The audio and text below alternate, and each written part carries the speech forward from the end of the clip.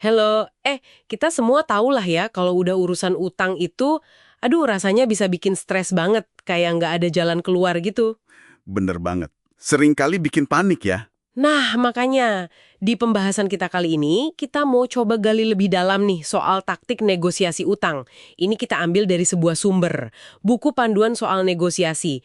Tujuannya sih biar Anda semua dapat strategi praktis gitu. Iya. Dan yang menarik dari sumber ini, dia tuh menekankan kalau negosiasi utang itu bukan cuma soal angka loh. Oh ya, jadi gimana dong? Lebih ke, apa ya, psikologi dan cara komunikasi kita.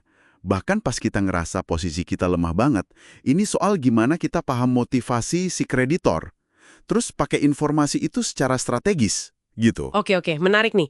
Coba kita bedah ya langkah-langkahnya dari buku ini. Pertama nih katanya, kalau emang nggak sanggup bayar, jangan pernah bikin alasan palsu. Ah, iya, iya. Kayak bilang barangnya cacat atau pengiriman telat gitu ya. Betul. Kenapa tuh? Katanya itu langsung rusak kredibilitas kita ya. Nah, itu dia. Kredibilitas itu, aduh, fondasi utama negosiasi. Sumber ini malah nyaranin kita proaktif. Kasih aja bukti kondisi finansial kita. Oh, justru kasih lihat data gitu. Iya, tunjukin aja data kalau kita lagi susah.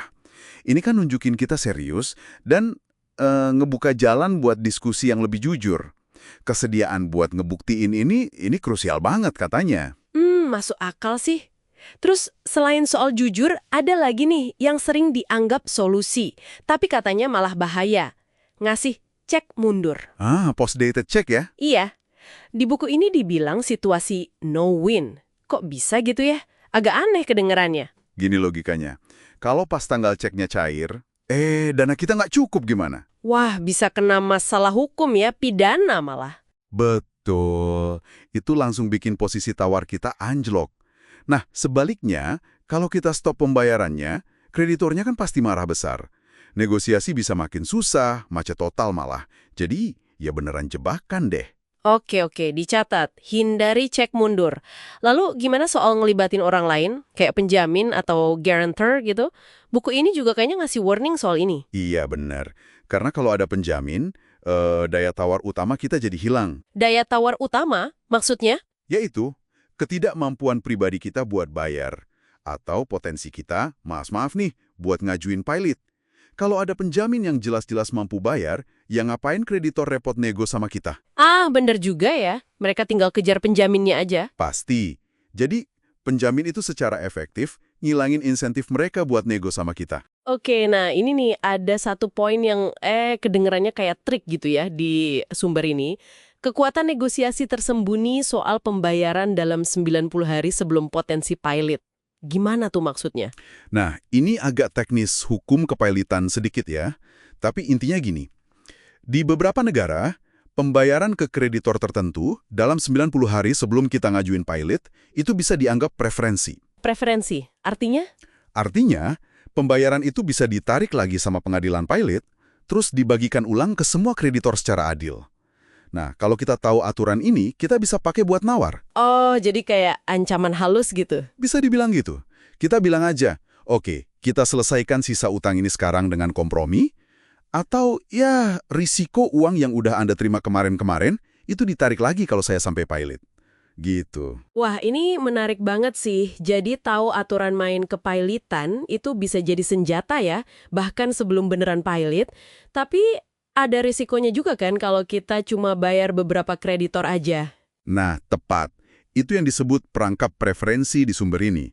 Kalau kita pilih kasih, bayar yang paling berisik aja misalnya, wah kabar bisa nyebar. Terus gimana? Kreditor lain yang ngerasa nggak adil bisa aja malah bersatu, terus mereka yang maksa kita masuk ke proses pilot. Namanya pilot tak sukarela. Tujuannya yaitu biar pembayaran preferensi tadi dibatalin. Jadi menjaga keadilan antar kreditor itu penting juga ternyata. Rumit juga ya ternyata. Terakhir nih, kalau utangnya spesifik kayak utang pajak, ke kantor pajak gitu, apa masih ada ruang negosiasi? Masih ada kok, kata sumber ini. Kita bisa coba negosiasi buat bayar nyicil, bikin skema pembayaran, gitu. Oh, cicilan bisa ya? Bisa. Atau ada juga yang namanya offer in compromise. Semacam tawaran kompromi lah. Kita nawarin bayar sebagian aja sebagai pelunasan penuh.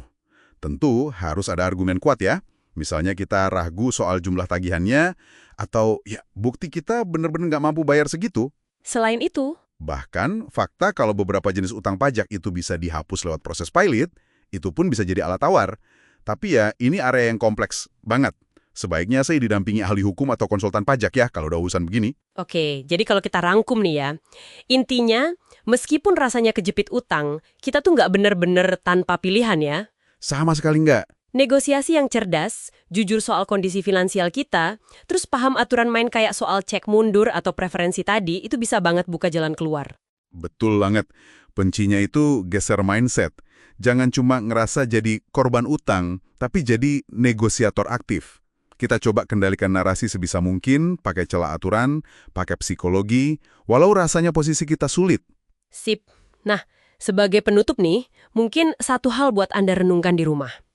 Seberapa besar sih persepsi Anda soal gagal atau mungkin rasa malu karena punya utang, itu justru nahan Anda buat pakai taktik-taktik negosiasi yang sebenarnya ada ini. Sesuatu buat dipikirin lebih dalam ya.